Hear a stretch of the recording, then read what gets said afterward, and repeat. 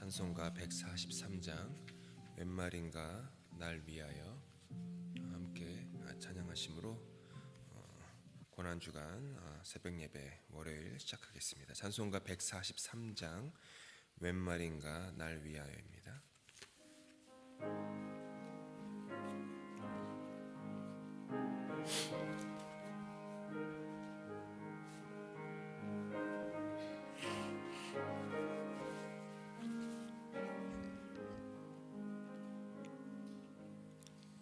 웬 말인가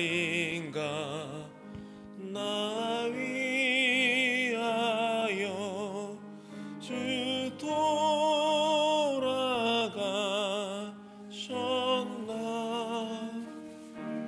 벌레 같은 날 위해 그네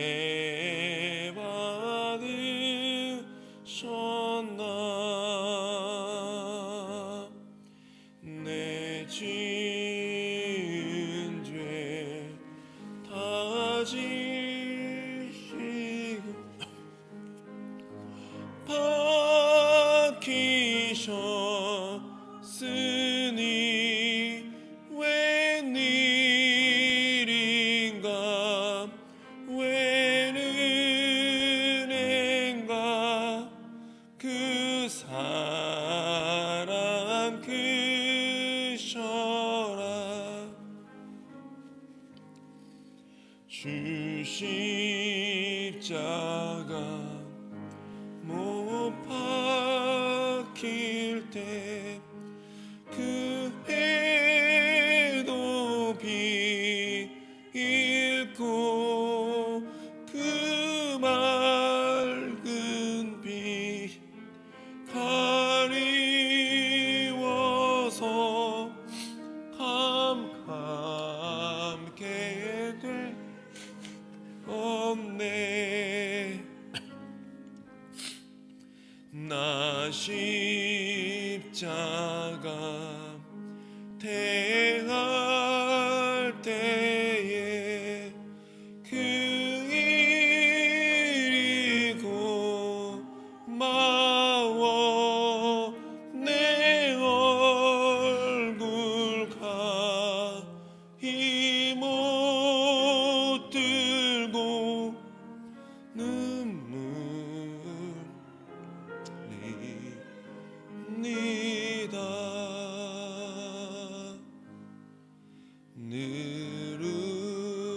늘으로도 눈물로서 못 갚을 줄 알아. 몸 밖에 드릴 것 없어. 이 몸 바칩니다.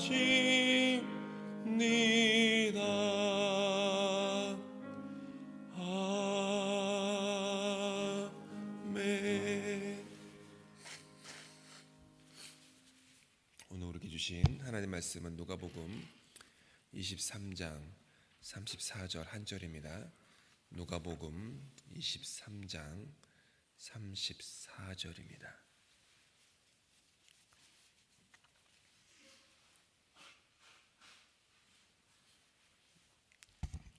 누가복음 23장 34절. 우리 고난 주간 새벽 예배 때 예수님께서 십자가에서 하신 말씀 7가지를 묵상합니다. 오늘은 첫 번째 말씀 누가복음 23장 34절입니다. 함께 한 목소리로 읽겠습니다. 시작. 이에 예수께서 이르시되 아버지 저들을 사하여 주옵소서. 자기들이 하는 것을 알지 못함이니이다 하시더라. 그들이 그의 옷을 나눠 제비 뽑을세. 예화로 오늘 시작을 하려고 합니다.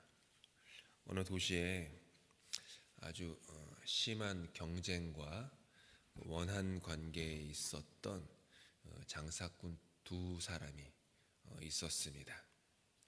그런데 이 두 사람의 가게가 서로 마주보고 있었어요. 이들은 아침에 눈 뜨고 일어나 밤에 잠들 때까지 어떻게 하면은 상대 가게를 장사를 망하게 할까 하는 데에만 마음을 썼습니다. 보다 못한 하나님이, 진짜 있었던 일은 아니에요. 만들어낸 예화예요. 보다 못한 하나님이 두 사람을 화해시키려고 한쪽 상인에게 천사를 보냅니다. 천사가 그 상인에게 이렇게 얘기합니다. 하나님께서 그대에게 큰 선물을 내리실 것입니다. 그대가 재물을 원하면 재물을 줄 것이고, 장수를 원하면 장수를, 자녀를 원하면 자녀를 주실 것입니다. 근데 거기에는 딱 하나의 조건이 있습니다. 천사가 잠시 멈춘 후에 계속 이어서 다음과 같이 말했습니다.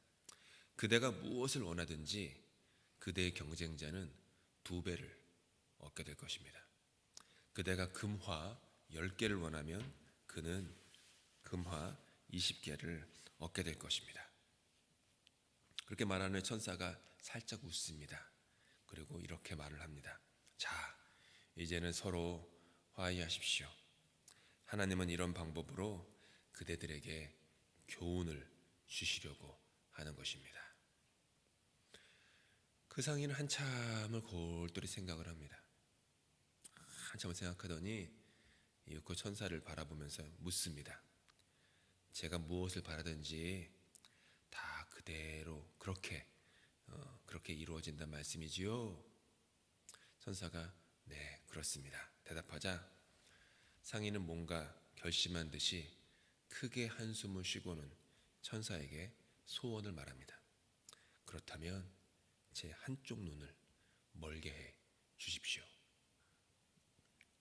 이렇게 기도했대요. 그러니까 무슨 얘기인지 아시죠? 내가 한쪽 눈을 멀면 저 사람 2눈 머는 거니까 이기겠다. 내 한쪽 눈을 잃더라도 내 미워하는 그 경쟁자를 그렇게 하겠다. 아버지, 저들을 사하여 주옵소서. 자기들이 하는 것을 알지 못합니다.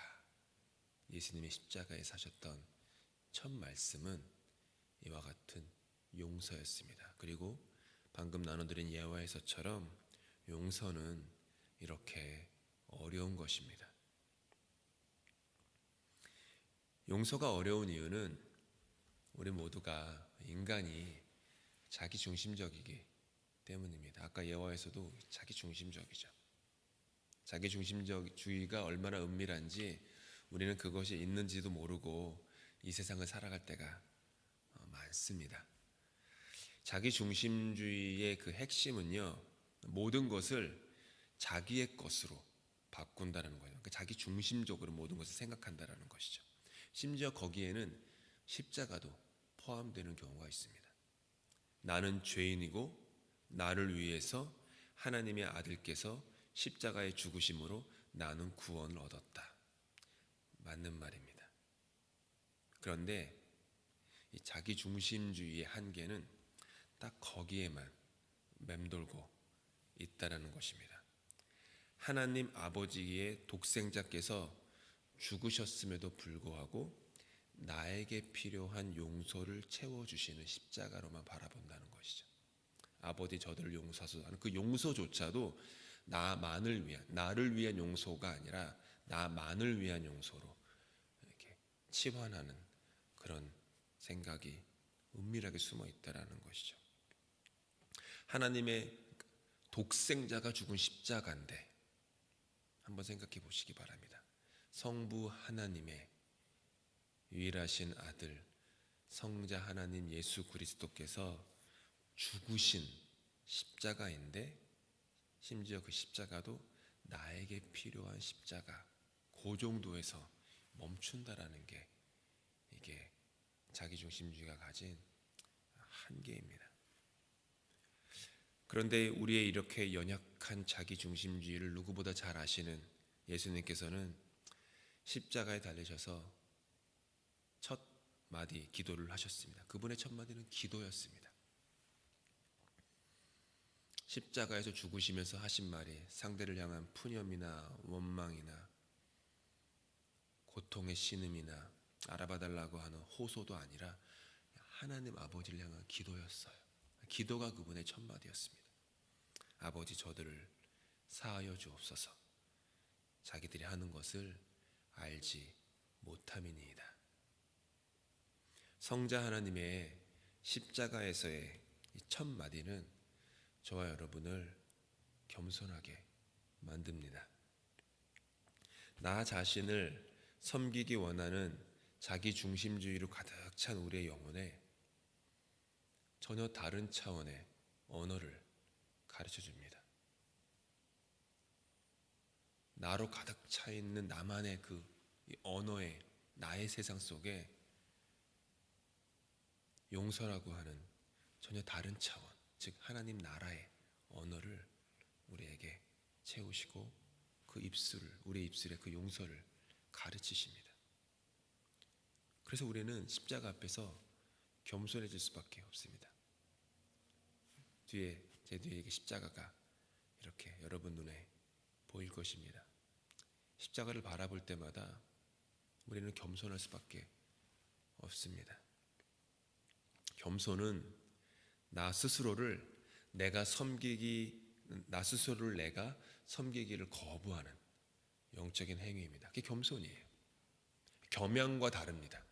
겸손과 겸양을 비슷하게 생각하지만 겸양 있게 보이는 사람이 생각보다 교만할 수가 있습니다. 겸손은 나 스스로를 내가 섬기는 것을 내가 거부합니다 라는 것이에요. 겸손은 내 안에 있는 그 본능과 욕구를 거스르는 것이에요. 누구든지 나를 따르려거든 자기를 부인하고 자기 십자가를 지고 나를 따르라고 예수님께서 말씀하셨습니다. 예수님을 제대로 따르려거든, 예수님이 살아가는 방식으로 삶을 살고 예수님이 하시는 언어로 말을 하고 그분이 바라보시는 시선으로 세상과 이웃과 나를 바라보고 그 생각을 가지고 살기 원한다면, 그렇게 십자가의 의미를 제대로 알고 십자가를 내 삶에 채우고 살려면은 자기를 부인하는 겸손이 반드시 따라야만 된다는 것입니다. 자기를 부인하지 않고는 예수 그리스도를 따를 수가 없는 것입니다. 고난주간에 우리는 여기 보시는 십자가를 바라봅니다. 그 십자가, 나 자신만을 위한 십자가가 아닌 그 십자가를 바라봅니다. 이 세상이 어떤 세상입니까? 그리고 우리는 어떤 사람입니까? 자기들이 하는 것을 알지 못하는 세상이 이 세상입니다. 나도 내가 하는 것을 알지 못하는 것이 나의 삶의 현실입니다.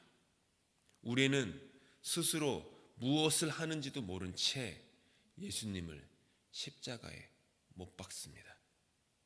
때로 우리는 십자가에 달려있는 것 같은 삶의 환경에서 억울함과 원통함에 짓눌린 채 죽음의 그 마지막 호흡까지도 상대방을 혹은 세상을 원망하거나 저주하려고 할 때가 있습니다. 성자 예수님께서는 성부 하나님의 뜻 안에서 십자가에 달리셨습니다. 그리고 십자가에 달리신 그분을 성령 하나님이 감당할 힘을 주고 계십니다. 그리고 예수님은 그 어떤 앙금의 찌꺼기가 남지 않는 부르심의 사명을 온전히 완수하고 계십니다. 그것은 십자가에서 자기를 못 박은 사람들을 향해 용서를 구하는 것입니다. 그리고 그 십자가를 따르는 앞으로 이 땅을 살아갈 모든 당신의 자녀들에게 가르치시는 것입니다. 너희도 이처럼 용서하여라. 용서하는 사람이 되어라.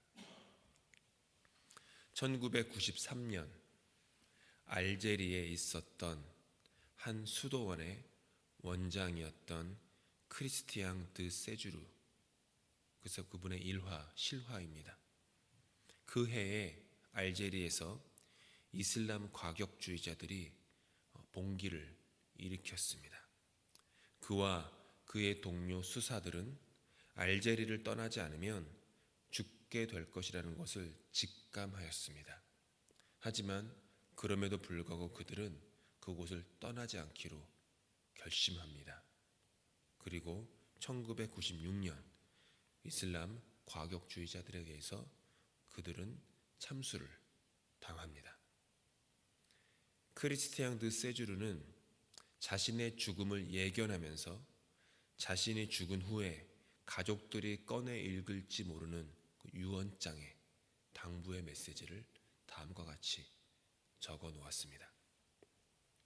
이 삶을 주신 하나님께 감사드립니다. 이 삶은 전적으로 제 것이었고 또한 하나님께는 전적으로 그들의 것이었습니다. 그분은 이 삶이 모든 저항이 있음에도 불구하고 기쁨으로 가득 차길 원하셨습니다. 감사는 제 삶에 대한 모든 것을 담고 있습니다. 이 감사의 대상에 현재와 과거의 친구들, 내 어머니와 아버지 옆에 있을 친구들, 형제 자매들을 포함하고 싶습니다. 정말 감사합니다. 그리고 이 마지막 순간에 나의 친구에게도 감사합니다. 비록 지금은 그가 자신이 하고 있는 일을 모르겠지만 말입니다. 그렇습니다.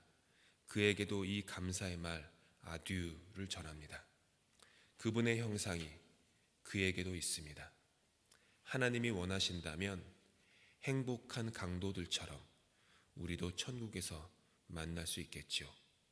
주님은 우리 모두의 아버지시니까요. 아멘 하면서 유언장을 마쳤습니다. 여기서 말하는 그가 누굽니까? 자기를 지금 참수하고자 하는 그 이슬람 과격주의자입니다. 이렇게 유언장을 쓸 수 있는 사람이 세상에 많지는 않으리라 생각합니다. 솔직히. 하지만 이분은 자기 자녀들, 아내가 자기가 목이 잘려 참수되는 죽음 후에 읽게 될 유언장에 나는 그들을 용서했습니다 라는 편지를 썼어요. 이 얘기는 뭐냐면 제가 그냥 상상하건대 당연히 예수 그리스도의 용서를 자기 마지막 삶으로 다 따르는 것이 있어요. 또한 앞으로의 삶을 살아갈 그 자신의 자녀들과 형제 자매들 친구들에게 남은 인생을 미움과 증오와 원망을 갖고 이렇게 못나게 살지 말아라 라는 거예요. 나는 용서했으니 내가 살아가는 그대들이여 이제 자유로운 삶을 사십시오. 며칠 전에 교인 중에 한 분이 저에게 이렇게 상담하시더라고요. 예전에 당했던 일들이 있는데 아직도 그 사람들을 용서하지 못하겠다고. 근데 용서는 하고 싶다고. 용서하지 못하겠다고. 근데 어떻게 하면 될까요?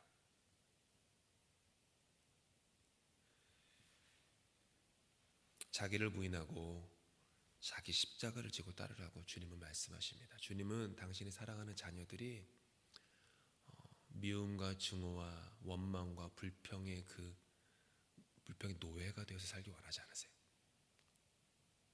주의 영에 계신 곳에는 뭐가 있어요? 자유가 있다고 했어요. 자유. 주님은 당신의 자녀들이 자유하기를 원하세요. 근데 자유하려면은 용서가 있어야 돼요. 용서는요, 제가 몇 번 반복했지만 화해와는 다릅니다. 화해는 아까 장사꾼의 얘기를 빌자면은 A라는 장사꾼과 B라는 장사꾼이 서로 화해를 하는 게, 서로 이렇게 당신을 용서해, 나도 당신을 용서해, 이래야지 화해가 돼요. 쌍방이 있어야만 되기 때문에 화해는 어렵습니다. 내가 선택을 해도 상대가 선택을 하지 않으면요 화해가 되지 않아요. 남아프리카 공화국에서 그렇게 알파이드 이렇게 흑인들이 오랜 시간 동안 그렇게 핍박을 받았을 때 어려웠어요. 그래서 넬슨 만델라 대통령 전 대통령을 포함해서 그때 만들었던 기구가 진실과 화해위원회 Truth and Reconciliation Committee. 그리고 그것을 그대로 본따서 캐나다에서도 원주민을 향해서 교회가 그리고 정부가 원주민들을 레지던셜 학교에 가두고 그 다음에 그들을 성적으로 학대하고 문화를 말살하고 그들을 성적으로 폭행하면서 죽이고 무덤들이 많이 발견되지 않습니까? 그런 걸 보면서 캐나다 정부가 만든 게 뭐예요? 똑같은 거. 진실과 화해위원회 Truth and Reconciliation Committee. 커미션이죠. 커미가 아니라 커미션. TNC라고 부르잖아요. 화해. 그래서 그거는 근본적으로 백인과 흑인이 서로 화해해야 된다는 게 있어요. 어려운 거예요. 수십 년 걸려도 간신히 될까 말까. 지금도 정책적으로는 됐는데 그 밑바닥에는 아직 다 되지 않았다는 얘기를 제가 많이 들었어요. 캐나다도요, 원주민과 화해하고 보상과 배상을 엄청나게 많이 하지만 아직 그게 다 해결된 게 아니잖아요. 화해는 어려운 거예요. 원주민들이 캐나다 당신 백인들을 용서합니다 라고 해야지 되는 거예요. 흑인들이 당신들 백인들이 우리에게 했던 그 못된 짓을 우리는 용서합니다. 이런 거. 백인들도 죄송합니다 정도가 아니죠. 잘못했습니다. 한국과 일본이 이렇게 오랜 시간 동안 뭔가 이렇게 계속 앙금이 있는 것은요, 화해가 안 되니까 그런 거예요.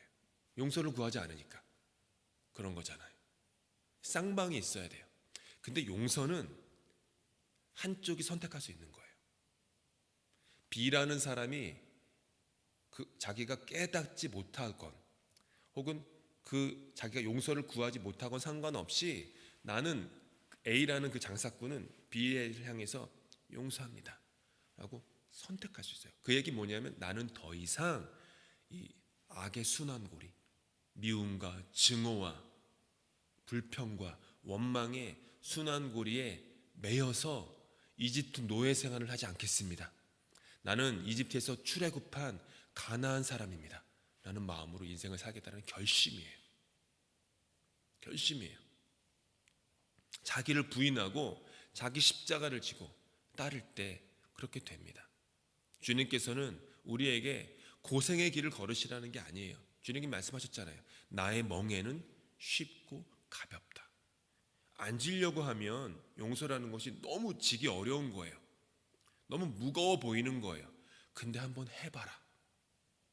세상이 너에게 지우고자 하는 짐은 잠깐은 가볍고 쉬운 것 같지만 그거는 정말로 너를 짓누르고 너를 어렵게 할 것이다.